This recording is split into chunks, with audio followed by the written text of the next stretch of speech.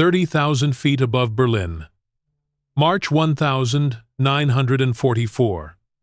Hauptmann Heinrich Bauer checked his fuel gauge and smiled. The American bombers were right on schedule.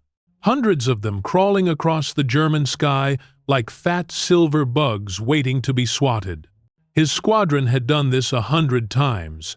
Wait for the escort fighters to turn back, then attack. Bauer scanned the horizon for the familiar shapes of P-47 Thunderbolts. Any minute now, they would waggle their wings and head for England. They always did. They had no choice. Their fuel tanks were almost empty. But today, something was wrong. The American fighters weren't leaving. They were still there, still climbing, still protecting those bombers. And they were getting closer to Berlin. Bauer squinted through his canopy. Those weren't P-47 seconds. The silhouette was different, sleeker, more elegant. What was he looking at? His radio crackled with panicked voices from other pilots. New aircraft type, unknown performance, engaging now. Then, silence. Bauer would later learn that he was witnessing the moment German air superiority died. Those strange new fighters were P-51 Mustangs. The aircraft Luftwaffe intelligence had called harmless. The plane German commanders had laughed about in briefings. Nobody was laughing anymore. Rewind 6 months. Late 1943. Allied headquarters in England. Generals stared at casualty reports and saw disaster. Their grand strategy was falling apart. The plan had seemed so logical. Send massive bomber formations over Germany in daylight. Destroy the factories, building tanks and planes. Cripple the Nazi war machine. But the Germans had built a defense system that was chewing those bombers to pieces. It worked with brutal efficiency. Radar stations along the coastline detected incoming aircraft the moment they appeared. Operators tracked their course and speed. They calculated exactly where the bombers were heading. Then the fighters launched. Messerschmitt, 109 seconds. Focke-Wulf, 190 seconds. Heavy twin-engine destroyers carrying rockets and cannons. They climbed to altitude and waited like patient predators. The key to everything was simple mathematics. American escort fighters burned fuel fast. P-47 Thunderbolts were powerful machines, but they were thirsty. They could protect bombers over France. They could push into Western Germany, but they couldn't go further. At a certain point, German planners knew exactly where those escorts had to turn around or crash into the sea. The moment they left, hell arrived. German fighters tore into unprotected bomber formations. The big American planes had defensive guns, but they couldn't dodge or weave. They flew straight and level in tight boxes, easy targets for experienced pilots. 1 week in October 1943 became known as Black Week. The Americans lost 148 heavy bombers in just 7 days. Each bomber carried 10 men. Do the math. Nearly 1,500 young Americans killed or captured in 1 week. Missions to deep targets were suspended. The bombing campaign was bleeding out. Allied commanders needed a miracle. They didn't know it yet, but the miracle was already sitting in a hangar, gathering dust, ignored by almost everyone. The P-51 Mustang had a strange history. It existed almost by accident. In 1940, the British were desperate. They needed fighters immediately, any fighters. They approached North American aviation with a simple request: build us P-40 Warhawks under license. North American had a better idea. Give us 120 days and we'll design you something new, something better. The British agreed. They had nothing to lose. North American delivered. In just 117 days, they created a prototype that flew beautifully. The aircraft was fast at low altitude. It handled like a dream. Test pilots loved how responsive it felt. The British ordered hundreds. They named it the Mustang. Then the problems started. The original Mustang used an American engine called the Allison V1710. Near the ground, this engine performed wonderfully. But air combat didn't happen near the ground. It happened at 25,000 feet, 30,000 feet. High in the cold, thin air where bombers flew. Up there, the Allison choked. The engine lacked a proper supercharger. As altitude increased, power decreased. A Mustang at 30,000 feet was sluggish and slow. German fighters would eat it alive. The British scratched their heads. Beautiful airframe, useless engine. They assigned Mustangs to ground attack duty. Shoot up trains, strafe airfields, stay low where the engine worked. American generals evaluated the P-51 and shrugged. "We already have the P-47 and P-38, they said. "This thing can't fight at altitude." Pass. German intelligence examined captured documents about the Mustang. Their conclusion was dismissive. Limited high-altitude capability. Not a significant threat. File it and forget it. Everyone looked at this aircraft and saw a failure. Almost everyone. A British test pilot named Ronald Harker flew a Mustang in April 1942.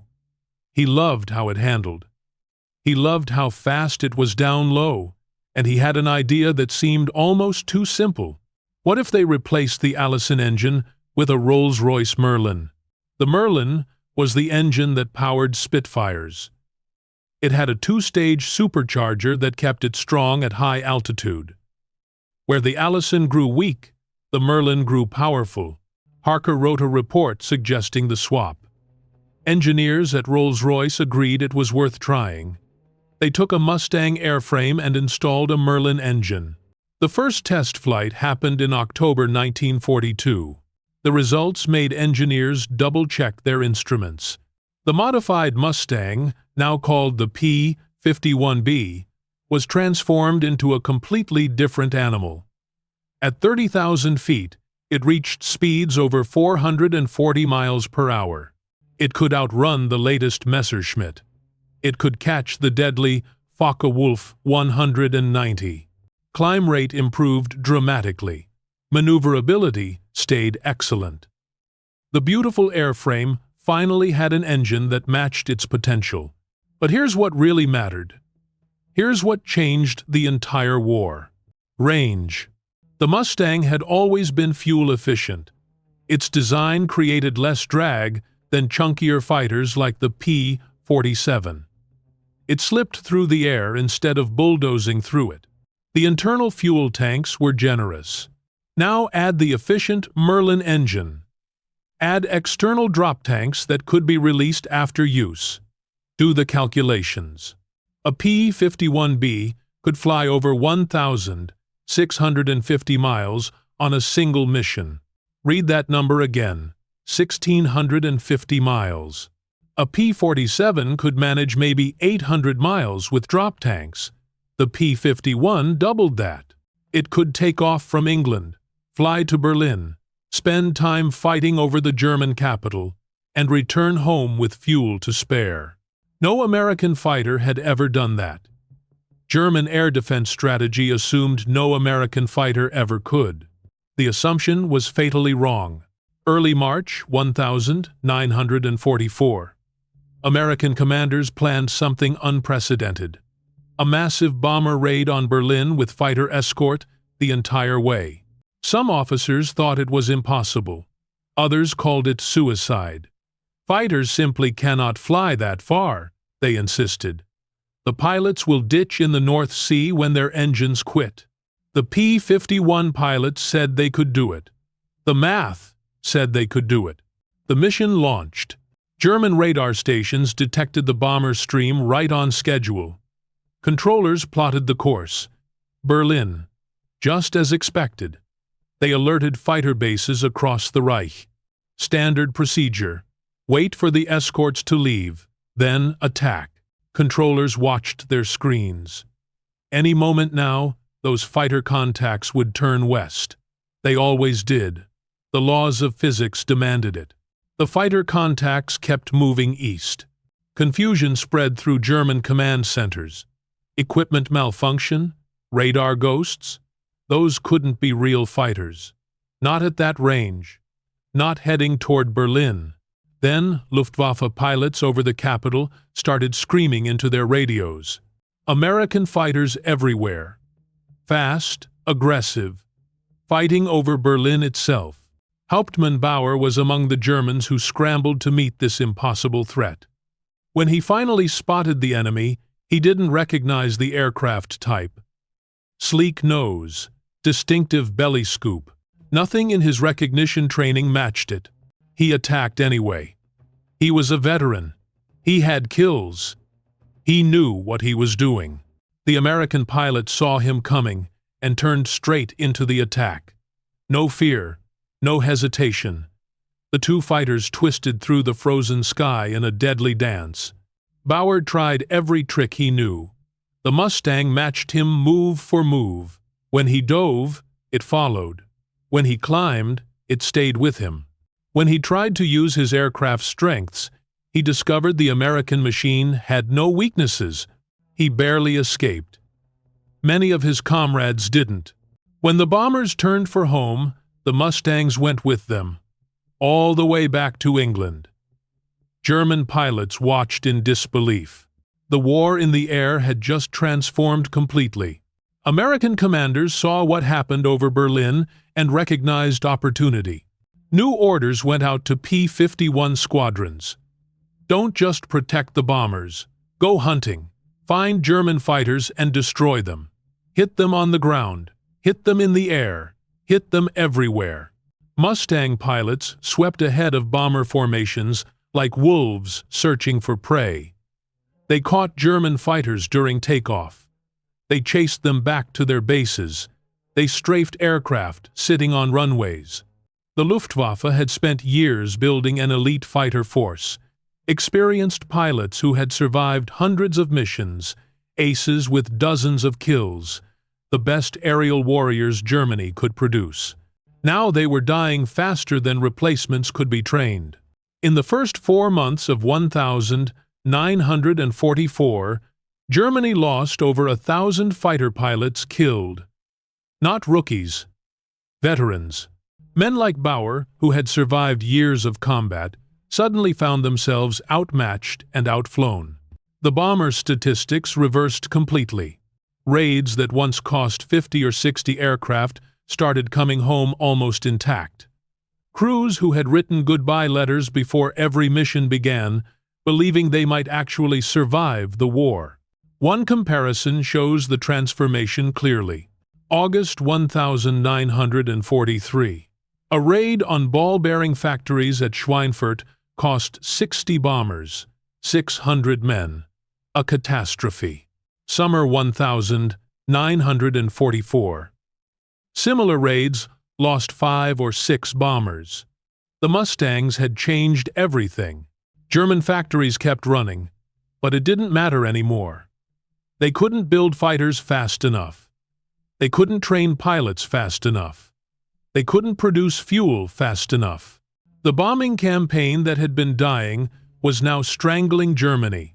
By June 1944, when Allied soldiers stormed the beaches at Normandy, they looked up and saw friendly aircraft filling the sky. German planes were almost ghosts. Air superiority was total and complete. Won by an aircraft that everyone had dismissed as not a threat. The P-51 Mustang wasn't the most powerful fighter ever built. Other aircraft carried bigger guns. Other aircraft flew faster in certain conditions. Other aircraft could take more punishment. But no other fighter combined everything the way the Mustang did. Speed, range, maneuverability, efficiency, reliability. The ability to go anywhere, fight anyone, and come home again. Luftwaffe intelligence had looked at the original P-51 and seen an aircraft with a weak engine. They wrote their reports and moved on. They never imagined that one engine swap would create their worst nightmare. That's the lesson military planners learned and never forgot. Range matters more than almost anything else. The ability to project power deep into enemy territory changes the equation completely. Modern fighters are still designed with this principle guiding every decision. The P-51 proved it first. Heinrich Bauer survived the war. He lived to see Germany defeated and rebuilt. In interviews decades later, he remembered that day over Berlin when everything changed. "We thought we knew what American fighters could do," he said. "We were wrong. Those Mustangs appeared where we thought nothing could reach. And after that day, we never controlled the sky again. One overlooked aircraft, one engine change, one impossible mission. And suddenly, the entire war looked different. The sky over Berlin proved what happens when you underestimate your enemy.